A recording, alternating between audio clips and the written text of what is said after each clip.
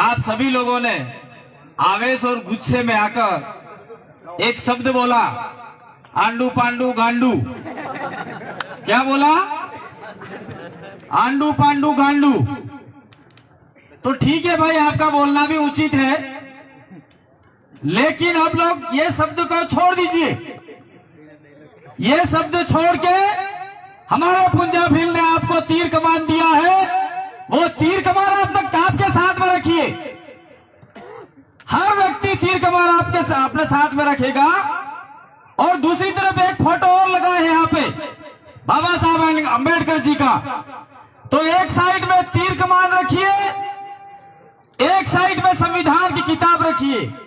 तो आपको आंडू पांडू गांडू शब्द का इस्तेमाल नहीं करना होगा, और इस्तेमाल नहीं करोगे तो वो लोग जो आपसे थोड़ा थोड़ा ऊपर नीचे कर रहे हैं, वो आप लोग उनको तीर कमान दिखाओगे तो हो सकता है कि वो लोग आपसे डरने का प्रयास करेंगे। वो डरने का प्रयास करेंगे, आपके ऊपर मुकदमा करेंगे और आपको डराने का दूसरा प्रयास करेंगे।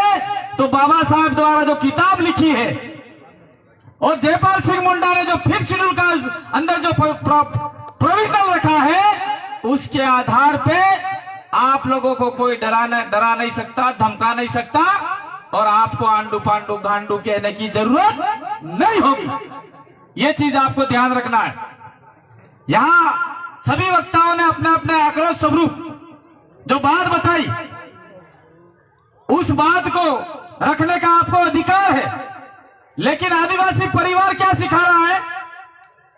सबका कल्याण करने वाली इस कुदरत प्रकृति की जय, अर्थात जोहार। हम लोग उनका भी कल्याण चाहते हैं जो हमारे विरोध में काम कर रहे हैं। हम लोग उनका भी कल्याण चाहते हैं जो हमारे दुश्मन है। हम लोग उनका भी कल्याण चाहते हैं जो राणा पुंजा भील को राजपूत बता रहे हैं।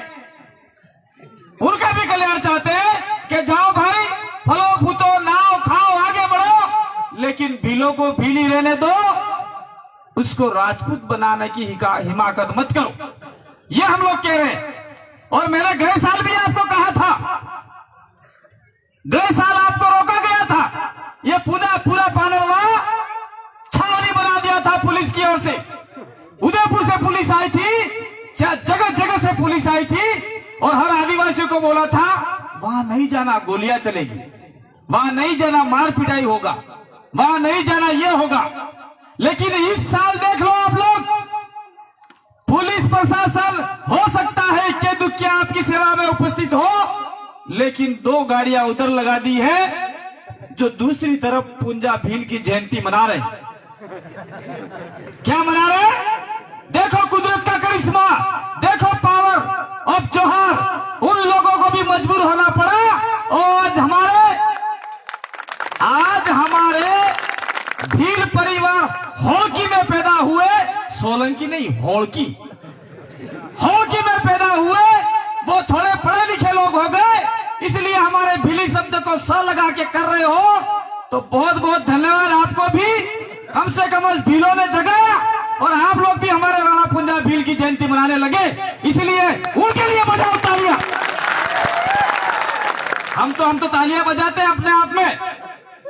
और मैं उन लोगों को कहना चाहता हूं जो लोग सोलंकी शब्द का इस्तेमाल कर रहे हैं।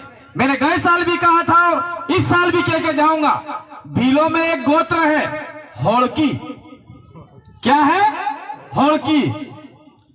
अपन थोड़ा सा आगे जाते हैं मध्य प्रदेश के इलाके में, तो जो होड़की है, कुछ पढ़ लिख गए, वो सोलंकी शब्द का इस्तेमाल करते हैं। तो होड़की थोड़ा सा उनको अच्छा नहीं लगा, या फिर आगे वाले ने ह की जगह स कर दिया, जिसकी वजह से वो सोलंकी हो गए। मध्य प्रदेश के झाबुआ इलाके में, गुजरात के दाहोद इलाके में, उससे आगे इलाके में बहुत सारे आदिवासी परिवार भील गण गोत्र के होड़की सोलंकी परिवार है। उस राणा पुंजा भील की बात करते हैं हम, ना कि आपके इस सोलंकी की बात करते हैं। इसलिए अगर ये कहते हो कि हम तो राणा पुंजा राजपूत की मना रहे हैं, तो मनाइए भाई, आप राणा पुंजा राजपूत की मनाइए। और हम लोग 1576 के अंदर राणा महाराणा प्रताप का जो साथी था और इस इलाके का राजा था, उस राणा पुंजा भील की जयंती जयंती मना रहे हैं, ना कि आपके राणा पुंजा सोलंकी की जयंती मना रहे हैं। ये आपको उनको कहना होगा।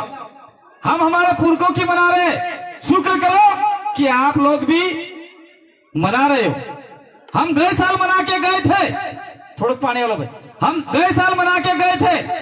उसके बाद में इस इलाके में कौन लोग आए थे भाई? उसी जगह पे कोई लोग आए थे?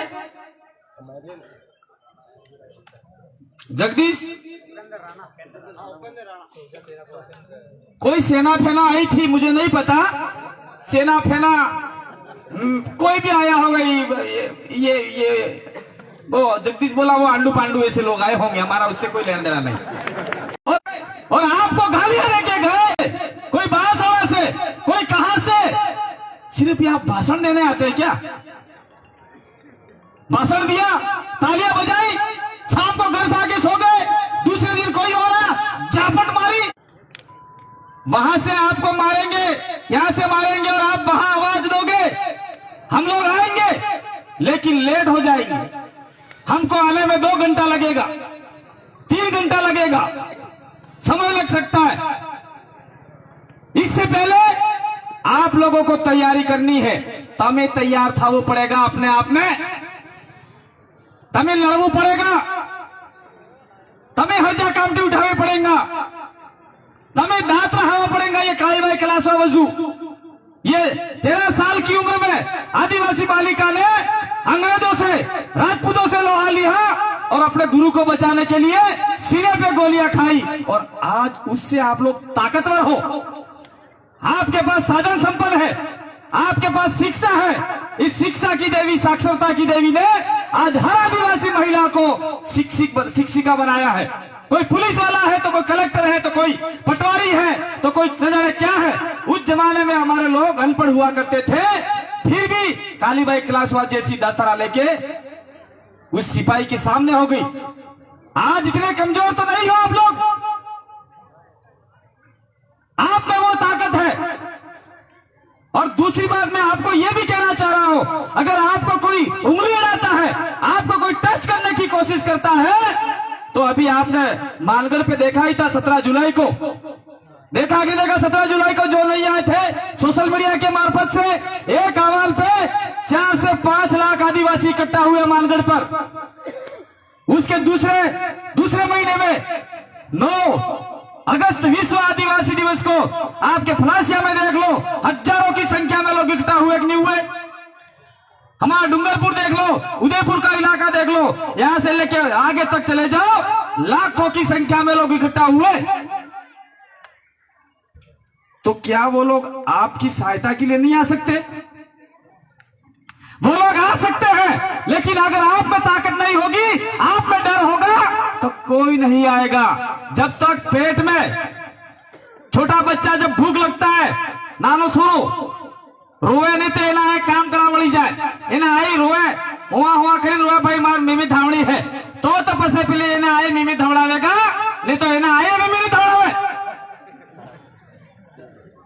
नाना सुरा ने रूजा वगैरह कोड़ा कहीं नहीं आले, इसलिए हम लोग आपको रोने के लिए नहीं बोल रहे हैं, लेकिन एकता बढ़ाने के लिए बोल रहे हैं। अगर जिस दिन आपकी एकता प्रस्तावित हो गई और आपने आह्वान किया पूरे भील प्रदेश को, तो निश्चित रूप से आपके फलासिया, जाड़ोल, कोरड़ा के अंदर लाखों की संख्या में आदिवासी भील समुदाय यहाँ पे पहुंचेगा। पूरे भील प्रदेश का ज्वाला यहाँ पे आ सकती है, लेकिन उसके लिए आपको तैयार तो होना पड़ेगा कि नहीं होना पड़ेगा? बिना खेत अपने खेतर में ओळाकच्या वगैरह जुवार वावी दियो, ओळाकच्या वगैरह हाल वावी दियो ने पसे एम थाय मारे 20 माणी हाल थवानी ने गाड़ू भरीने माल थवानो ने कवलाकुटी भराई जावे ने घंटाई नहीं भरे तो जारा खाई छी, जारा खाई छी। आई की भाई जारा खाई गया।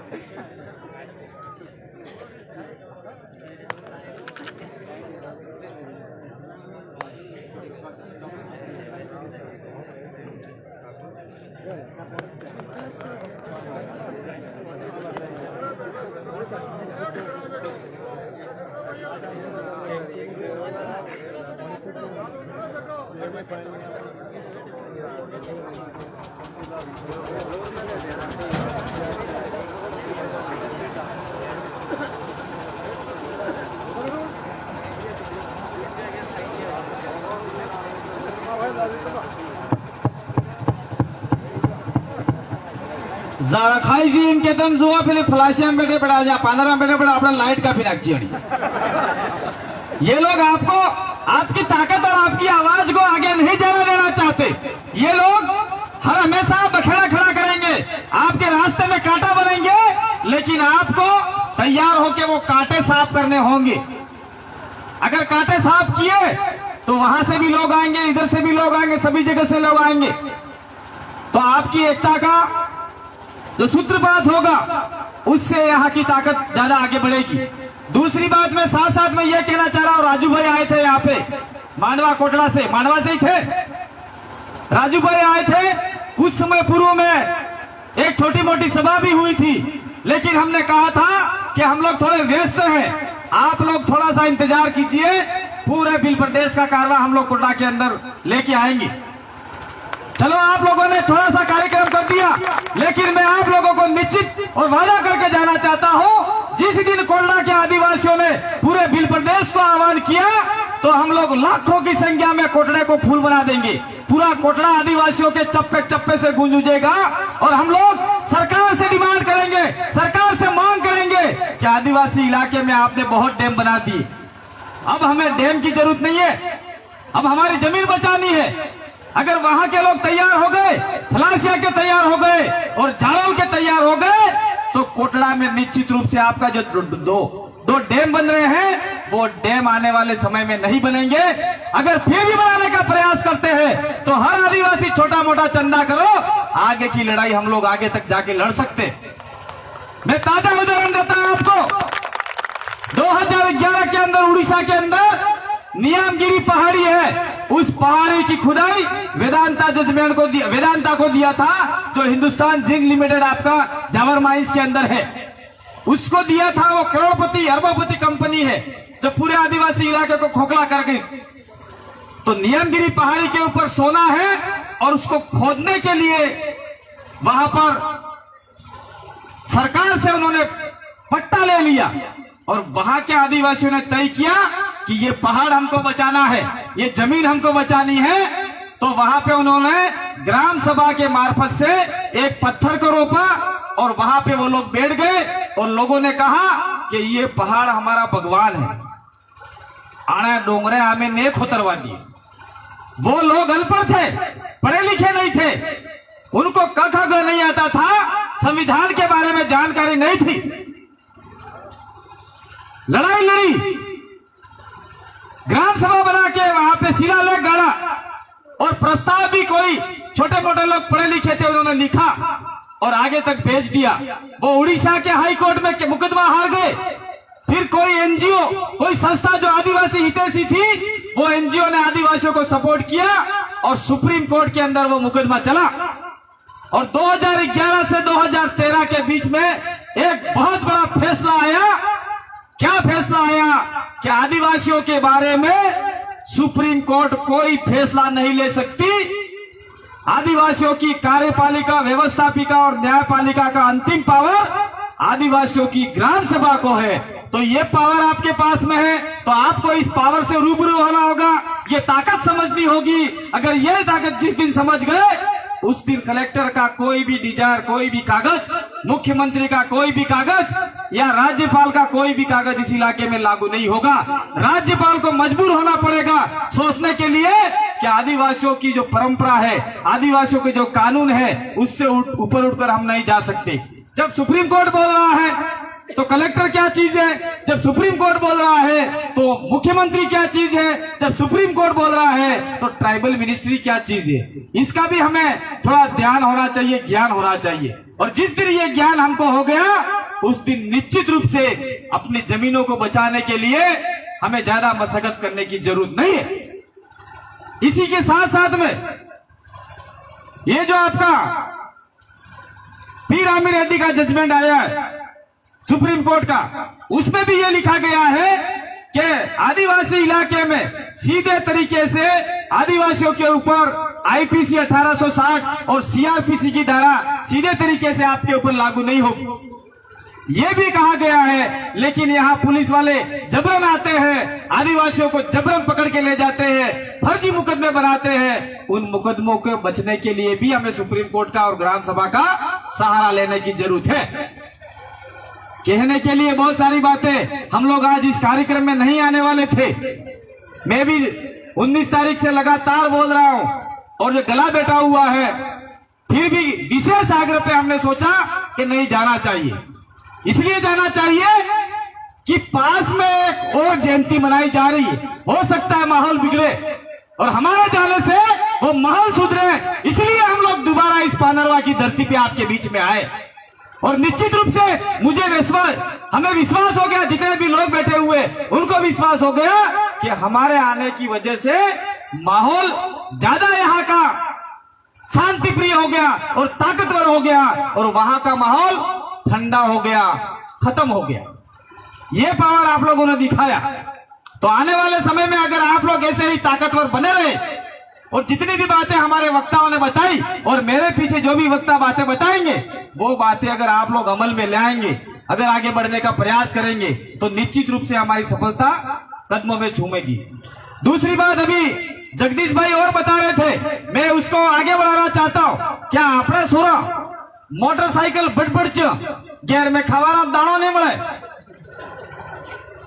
सो का हाल नहीं पाकते है ने बार साटा वधार पड़ी गया, खेतर फाटी गया, टूटी गया, बजाड़ा टूटी गया, फिर भी सोरो एम के ए आई मारते मोटरसाइकिल जूझे बटबड़ जूझे, हमारे बापा मोटरसाइकिल जूझे बटबड़ जूझे। और वो ऐसा बाइक लाते हैं पीछे से इतनी लंबी गदड़े जैसी, मतलब गदड़ों भी वो सीधा आता है, वो गाड़ी इतनी पीछे होती है कि पीछे बैठने वाला इतना लंबा होता है और वो बिना हेलमेट से गाड़ी चलाते। तो जगदीश भाई की बात को मैं आगे बता रहा हूं, बिना हेलमेट से गाड़ी चलाते हैं, सोम घाटे से उतरते हुए अगर गिर गए तो उनके माथे का आमलेट बन जाता है। आमलेट नहीं बोलो हेडा में नकले, आमलेट बन जाता है और उस आमलेट की कोई कीमत नहीं आती है। इसलिए कीमत नहीं आती है क्योंकि उसका इंश्योरेंस नहीं होता, गाड़ी के कागजात नहीं होते, हेलमेट नहीं पहना होता है, तो उसका आमलेट बनना तो तय है। और आमलेट बनना तय है तो फिर वो सोरा मरी जाए और बाद में ना आए रोए, दिगरा मारा जाता रहे जो खरी साथी कुटी कुटी रोए। अगर मान लो अगर उसका है हेलमेट पहना हुआ है, इंश्योरेंस किया हुआ है, अगर फिर भी वो आदमी मर जाता है तो कम से कम 2 से 5 लाख रुपया आपके मृत परिवारों को इंश्योरेंस के मार्फत से देके जाएगा। तब उसकी मां रोते हुए ये कह सकती है दिगरा मारा गियो पर 5 लाख आली गियो। ये बात तो कम से कम निकल के आएगी। हम आदिवासियों को मारना नहीं चाहते, आदिवासियों को कोई भला बुरा नहीं कहना चाहते, लेकिन जो लोग हमारे सुधरना नहीं चाहते उन लोगों को मेरा एक संदेश है कि आने वाले समय में सुधरिए और आगे बढ़िए। दूसरी बात मैं ये कहना चाह रहा हूं, सभी ने फोकस दिया है बालिका शिक्षा को लेके।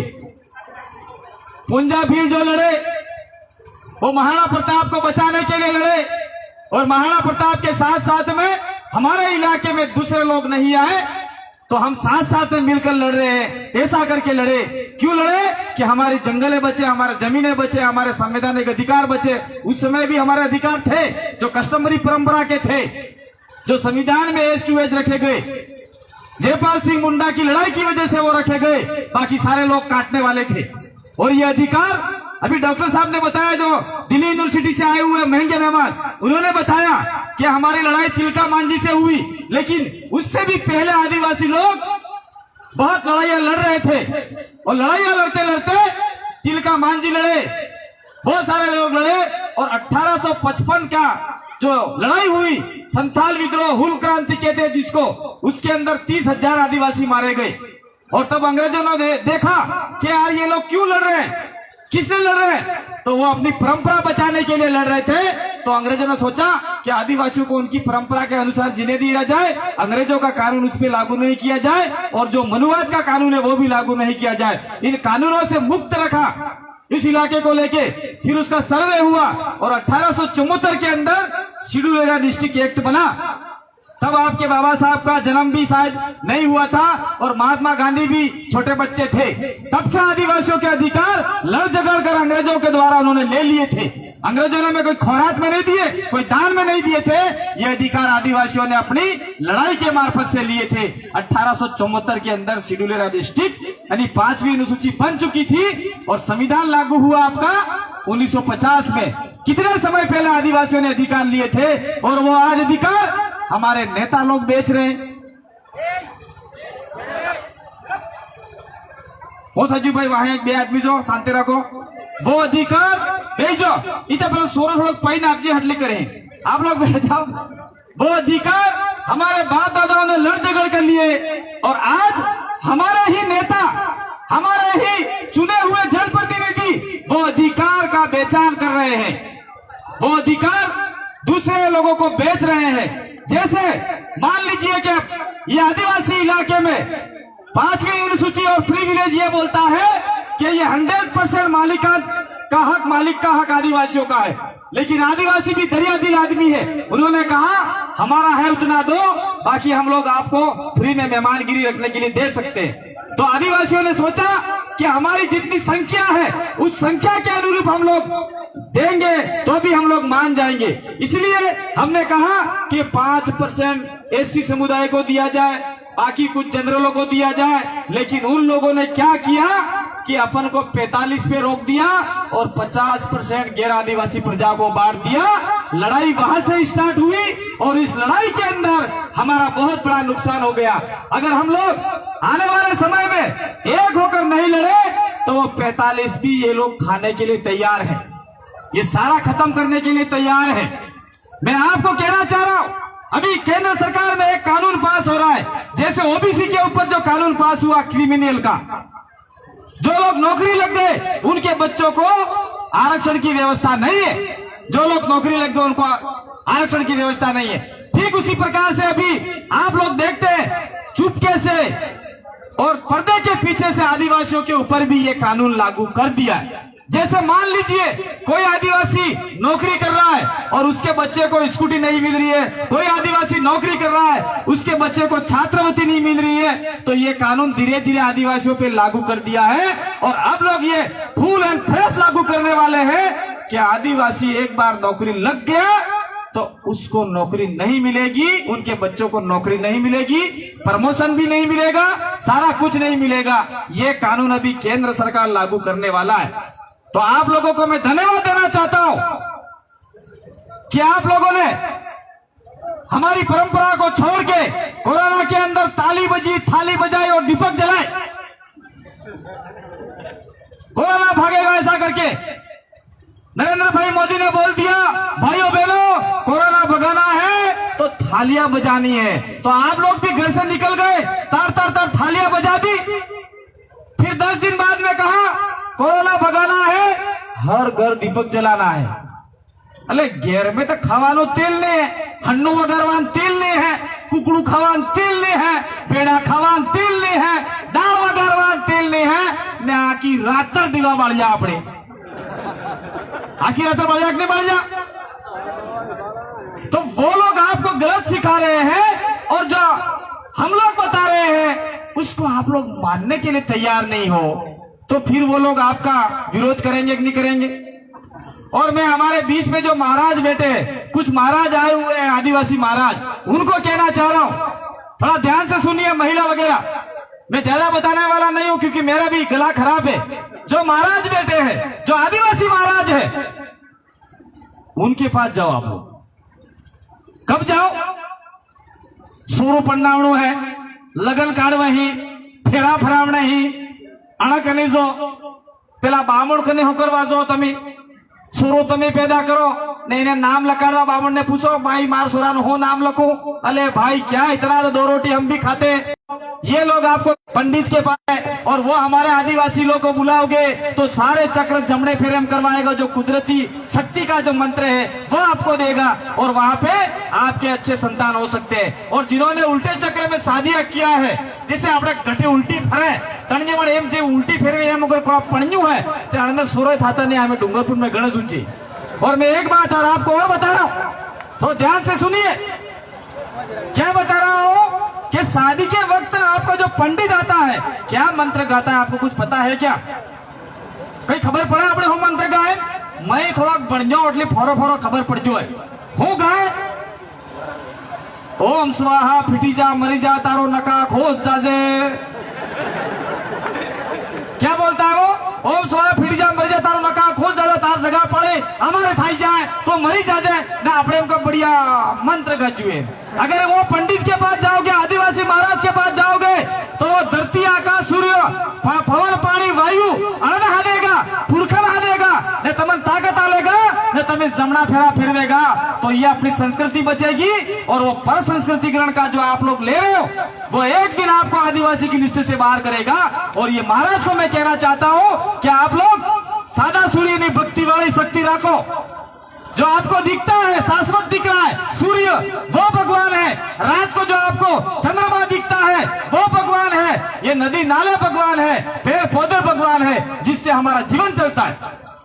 वो शक्ति के पुजारी आप लोग बनिए और हम लोग आपके पैर पड़ने के लिए तैयार हैं। लेकिन आप लोग चुपके से जाकर वहां इंदौर जाके और आपका कौन सा उज्जैन जाके उनके पैर मत पड़िएगा, तो फिर हम लोग आपके भी पैर नहीं पड़ेंगे। ये आपके लिए मेरी एक बात थी, बाकी बुरा मत मानना, क्योंकि आज आदिवासी हर इलाके में सक्षम हो रहा है।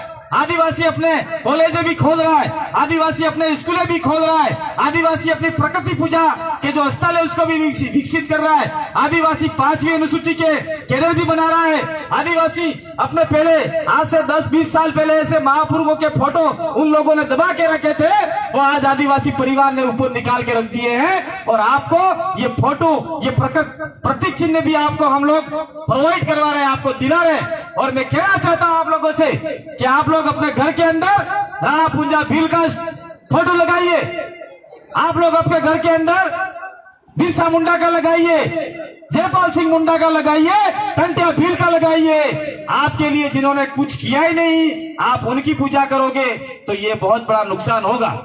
हम लोग यहाँ पे बैठे थे और हमारे आदिवासी समुदाय के और आदिवासी परिवार की विचारधारा से जुड़े हुए एक बहुत बड़े कर्मचारी ने घोषणा किया है, जगदीश ने किया उससे पहले भी घोषणा किया था, तो वो मैं घोषणा आपको बता के जाना चाह रहा हूं।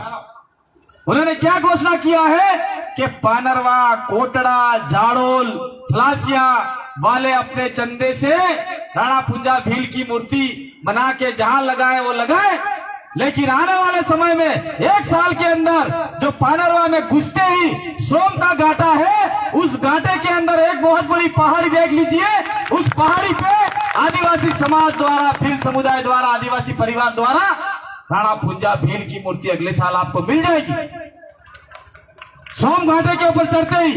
तो उससे क्या होगा, जो भी इस इलाके में आएगा वो सोचेगा कि राणा पुंजा भील का धरती यहां से स्टार्ट हो रहा है। और आने वाला दिकू आदमी, आने वाला नॉन ट्राइबल आदमी डरता हुआ आएगा। जिस प्रकार में हल्दी घाटी के युद्ध में गोरिल्ला युद्ध से मुगलों को भगाया, ठीक उसी प्रकार से कहीं हमारा तो कोई नुकसान नहीं होगा। इसलिए वो आपकी जमीन पे कब्जा करने के लिए नहीं आएगा, इसलिए आपके ऊपर कोई दूसरी संस्कृति थोपने के लिए नहीं आएगा, इसलिए आपके संवैधानिक राइट्स को दबाने के लिए नहीं आएगा। वो आपसे थोड़ा सावधान होकर आएगा। इसीलिए वहां पे आने वाले समय में मूर्ति स्थापित होगी, वो भी कुछ लोगों द्वारा वहां पे चंदा करके भी लगाएंगे, लेकिन वो आपके अलावा वहां मूर्ति लगेगी। दूसरी बात मैं ये कहना चाह रहा हूं आप लोगों से कि अभी पुंजा भील का तो पूरे भील प्रदेश में स्टेचू लग गया। आज मुझे मध्य प्रदेश जाना था, वहां पे 3 जगह पे आज मूर्ति लगने वाली थी। 3 जगह पे, एक तो पेटलावद में मूर्ति लग रही है, एक सेलाना में लग रही है, एक झाबुआ में लग रही है। वहां के आदिवासियों ने स्टेचू बनाए, बड़ी बड़ी मूर्तियां वहां बनाई थी, वहां जाने वाले थे, लेकिन थोड़ा सा बीमार होने की वजह से मैं वहां नहीं जा पाया। और मणिलाल जी ने कहा वहां जाके आते, मैंने कहा चलो भाई यहां जाके आगे। तो मान लीजिए आप लोगों ने अकेले राणा पुंजा भील ही कर दिया तो आने वाले समय में जगह नहीं बचेगी। इसलिए इस जगह पे राणा पुंजा भील की मूर्ति, तो उस जगह पे India's robin hood Tantia Bhil की मूर्ति भी आपको लगानी होगी।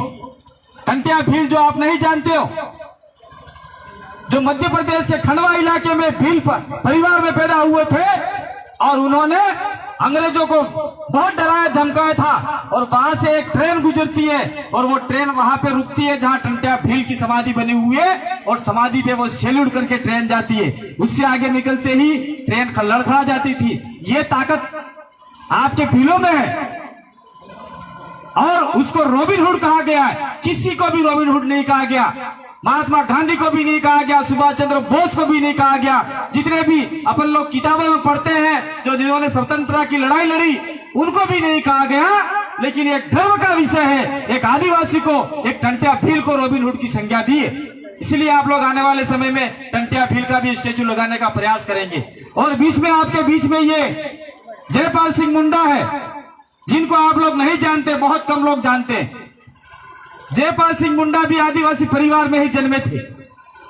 उन्होंने संविधान के अंदर, हमारे डॉक्टर साहब ने कहा, हमको ये जनजाति फनजाति शब्द नहीं चाहिए, हम इस देश के मालिक हैं, इस धरती के वारिस हैं, और हमको मात्र और मात्र आदिवासी शब्द ही लिखा जाए। लेकिन जिस दिन प्रस्ताव पारित हुआ संविधान सभा में, उस दिन की अनुपस्थिति में जयपाल सिंह मुंडा नहीं थे।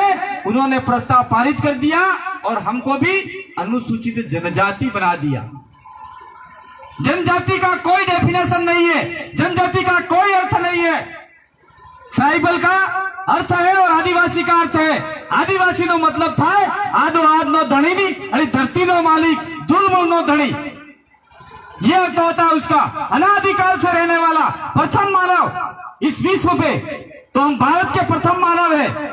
हम कहीं बाहर से आए नहीं, कहीं बाहर गए भी नहीं है, और जितने भी लोग आए हैं वो बाहर से आए हैं। मैं नहीं कह रहा, 5 जनवरी 2011 सुप्रीम कोर्ट का जजमेंट बोल रहा है, उसमें साफ कहा गया है कि 8% आदिवासी इस देश के मालिक है और 92% प्रजा इमिग्रेट पीपुल है, यानी बाहर से आई हुई है। तो बाहर से पीपुल आई हुई है, बाहर से जो लोग आए हुए हैं वो आज राणा पुंजा भील को सोलंकी बता के जयंती मना रहे हैं। मैं नहीं कह रहा, ये सुप्रीम कोर्ट का जजमेंट बोल रहा है। तो आपको इससे भी सीखना होगा। आप मालिक हो, आप में ताकत है। और हम लोग, ये जो प्रकाश भील मारा गया, किसी ने, राजपूत लोगों ने पैर काट लिए, पैर यहां से काट लिए। कौन से इलाके में बना ये मारा भाई? इसवाल में उसको मारा। कुछ समय पहले आप देख लो, नीमच में किसी भील को और मार दिया गाड़ी से लटका के। और हमारे अंदर हमारा भीलों का खून कभी उबाल नहीं मारता। क्यों नहीं मारता? एक भील को मारा जा रहा है तो दूसरे भील को जागना होगा, यानी दूसरे आदिवासी को भी जागना होगा। एक मुसलमान को कोई अगर मार दे, मार पिटाई भी कर दे उदयपुर के अंदर, तो उनकी एक आवाज पे पूरे देश में मुसलमान आवाज उठाते हैं। और यहाँ पे किसी कटारा को मार दिया, किसी पांडव को झापट मार दी, तो कोई परमार उसके साथ में नहीं आएगा, रोत नहीं आएगा, कटारा नहीं आएगा, डाबी नहीं आएगा, ये सारे लोग पारगी नहीं आएंगे। वो बोलेंगे या तो यार इस पांडव को मारा है, ये रोत को मारा है, मेरा क्या लेना देना। लेकिन ये छोड़ के हमको ये सोचना है कि मेरे समाज के व्यक्ति को मारा है, हमको तलवार और धारियां लेके नहीं जाना है। कम से कम उस व्यक्ति की सुरक्षा में, उसको हॉस्पिटल पहुंचाने में, उसको न्याय दिलाने में अगर हम लोग उसके साथ में कंधे से कंधा मिला के खड़े रहे, तो निश्चित रूप से आने वाले समय में किसी भी आदिवासी को कोई उंगली उड़ाने के लिए तैयार नहीं होगी। जैसे वो फिल्म में नाना पाटेकर ने कहा, कोई फिल्म आई थी उसके अंदर, बजाओ ताली, मेरे को फांसी पे चढ़ा देंगे, ए जीवान बाहर निकल के आ जाएगी, घर जाके सो जाओगे। यही आप लोग कर रहे हो आज की तारीख में।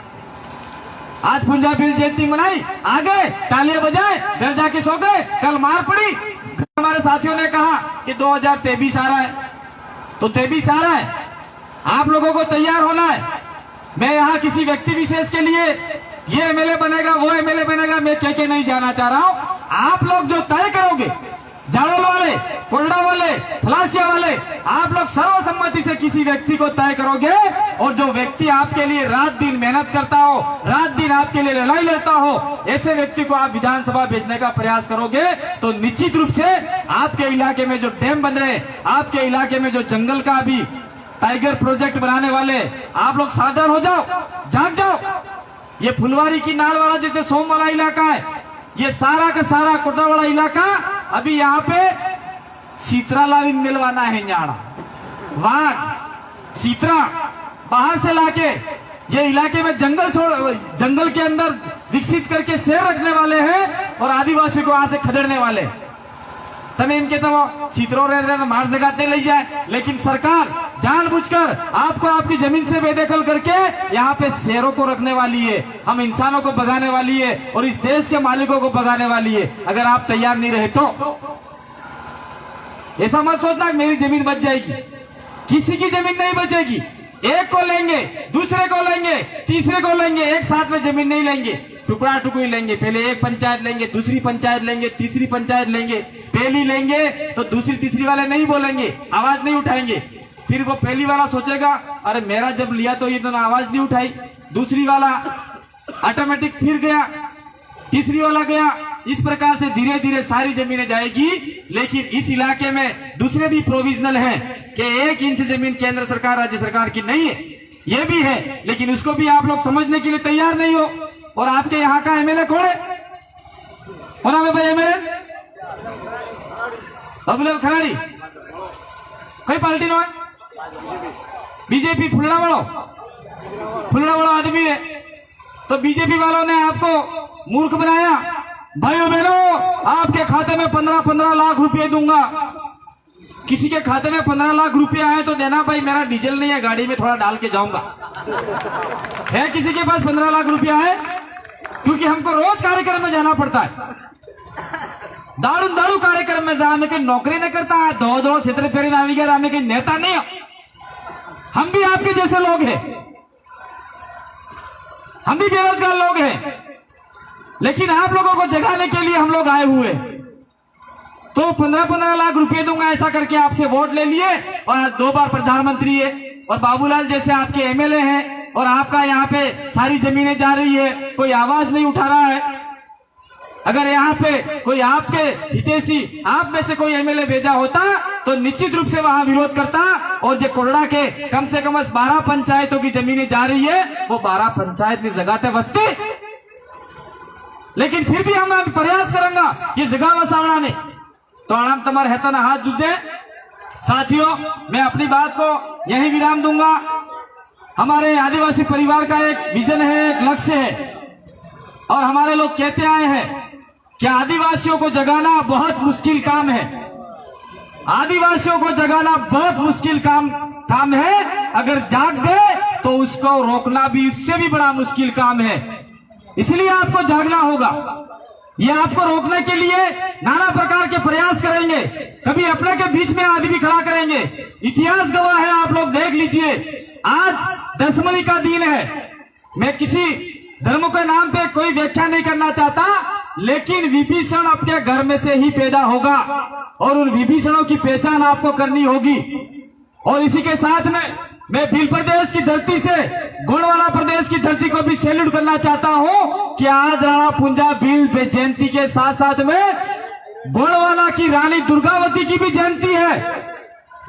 तो पूरे भील प्रदेश की ओर से गोंडवाना को हम लोग बहुत बहुत धन्यवाद देना चाहते हैं कि यहाँ पे एक वीर सपूत पैदा हुआ तो वहां पे एक वीरांगना पैदा हुई और आज दोनों का आज महान दिन है। उस दोनों महान हस्तियों को पूरे आदिवासी परिवार की ओर से हम लोग जोहार नमन करते हैं। और आने वाले समय में हमारे परिवार में भी पुंजा भील जैसे लड़के पैदा हो, बिरसा मुंडा जैसे लड़के पैदा हो, टंटिया भील जैसे लड़के पैदा हो, लेकिन कोई पैदा करना नहीं चाहता। इसलिए पैदा करना नहीं चाहता कि पुंजा भील तो लड़ाई करेगा तो मर जाएगा, टंटिया भील लड़ाई करेगा तो मर जाएगा। और ये दुआ करते हैं कि टंटिया भील पुंजा भील मेरे घर में पैदा नहीं हो, पड़ोसी के घर में पैदा हो। तो ये अगर आपने जिस दिन छोड़ दिया कि पड़ोसी के घर में भी टंटिया भील पैदा होना चाहिए और मेरे घर में भी पुंजा भील पैदा होना चाहिए, इसके घर में बिरसा मुंडा जैसा पैदा होना चाहिए, अगर जिस दिन ये हमारे आदिवासी परिवार में पूरा एकता प्रस्थापित हो गई और उन महापुरुषों के जैसे लोग हमारे घर में पैदा होना चालू हो गए, उस दिन आप लोगों के वारे न्यारे हो सकते हैं, लड़ाई झगड़े करके आपको अधिकार दिला सकते हैं। और ये आपकी अंतिम पीढ़ी बची है लड़ाई लड़ने वाली। मुझे नहीं लगता कि आने वाले समय में इतना समय देगा कोई और जनजागरण करेगा।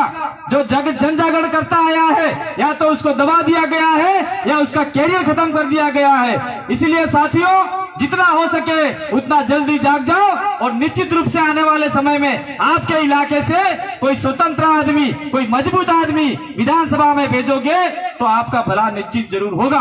और आने वाले समय में आपके साथ में शोषण, अत्याचार, अन्याय होगा तो हम लोग लेट ही सही लेकिन आपके बीच में जरूर खड़े मिलेंगे। रात को भी आएंगे, चाहे दिन को भी आएंगे, आपके साथ में कंधे से कंधा मिला के आपकी लड़ाई को लड़ने का हम लोग प्रयास करेंगे। इसी आशा विश्वास के साथ में आपने हमें सुना, आपने बुलाया और हमने जो आपका समय लिया उसके लिए मैं आप लोगों को धन्यवाद देना चाहता हूं, बहुत बहुत आभार करना चाहता हूं। आने वाले समय में हम लोग ज्यादा मिलेंगे और आप लोग आज से कमर कस लीजिए, 2023 की भी तैयारी कीजिए, महापुर को भी तैयारी कीजिए और आने वाले समय में हम लोग एकता बना के काम करेंगे। इसी आशा विश्वास के साथ में आप सबकी जय, जय जोहार, जय आदिवासी, जय भील प्रदेश और बोलिए राणा पुंजा भील की, बोलो रानी दुर्गावती की, रानी दुर्गावती गोंडवाना की थी। बहुत बहुत आभार, धन्यवाद, जोहार।